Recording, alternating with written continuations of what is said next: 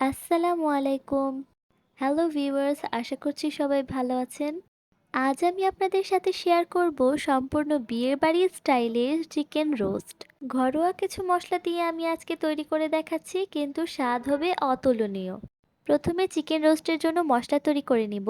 নিয়ে নিলাম 9 থেকে 10টি এলাচ, সামান্য সাদা গোলমরিচ, লবঙ্গ, তেজপাতা একটি, সামান্য কালো গোলমরিচ, জয়ত্রী, শাহি জিরা, জয়ফল ও দারচিনি।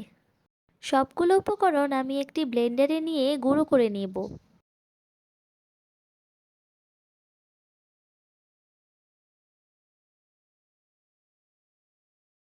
প্রথমে একটি হাঁড়িতে দিয়ে দিচ্ছি 1 কাপ তেল।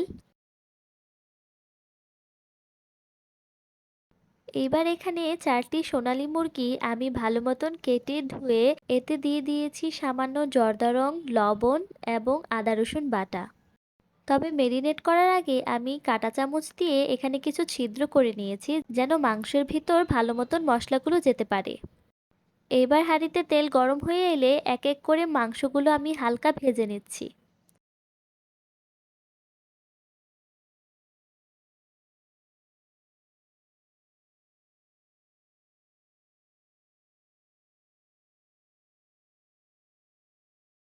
মাংস হালকা ভাজা হয়ে এলে তুলে এক সাইডে রেখে দেব। এবার একই প্যানে দিয়ে দিচ্ছি 2 চা চামচ আদা রসুন বাটা, 6 থেকে 7টি পেঁয়াজ বাটা, স্বাদ মতো লবণ,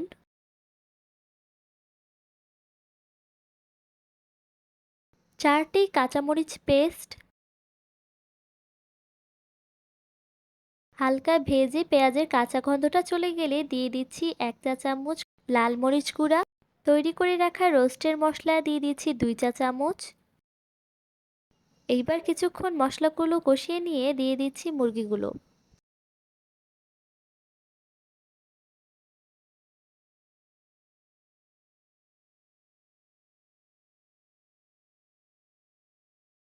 টক দই 3 চা চামচ,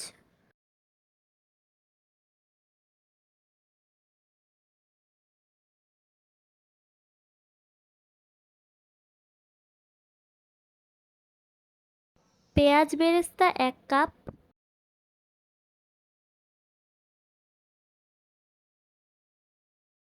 কাজু বাদাম বাটা,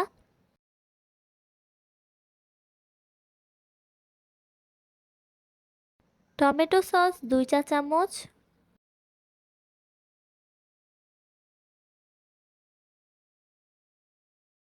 কিশমিশ বাটা 1 চা চামচ,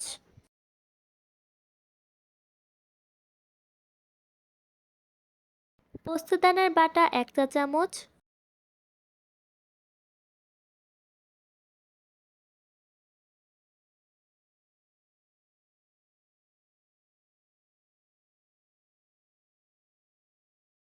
এবার পরিমাণ মতন পানি দিয়ে আমি মুরগিগুলোকে সিদ্ধ করতে দিয়ে দিব।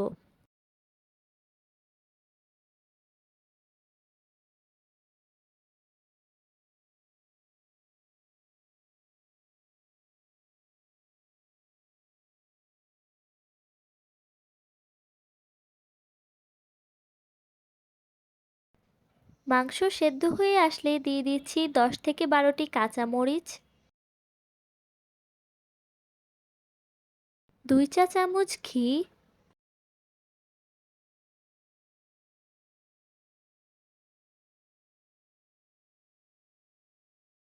1 চামচ চিনি,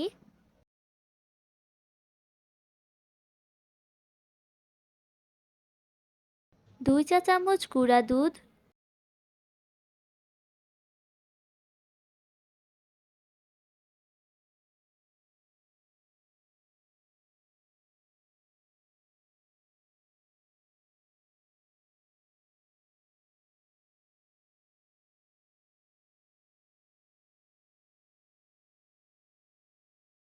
সামান্য কেওড়া জল,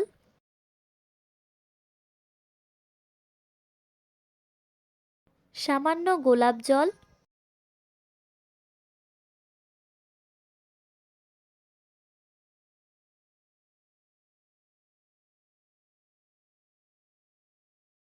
সবগুলো উপকরণ মিশিয়ে কিছুক্ষণের জন্য ঢেকে রেখে দিব লো হিটে।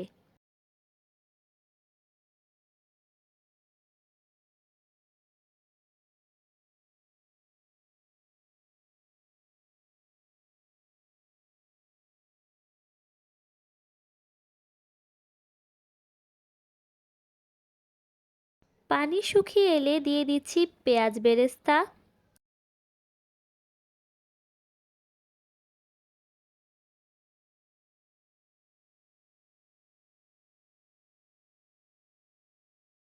এবার 5 মিনিটের জন্য ঢাকনা দিয়ে দিচ্ছি। 5 মিনিট পর তৈরি হয়ে গেল বিয়েবাড়ি স্টাইলের চিকেন রোস্ট।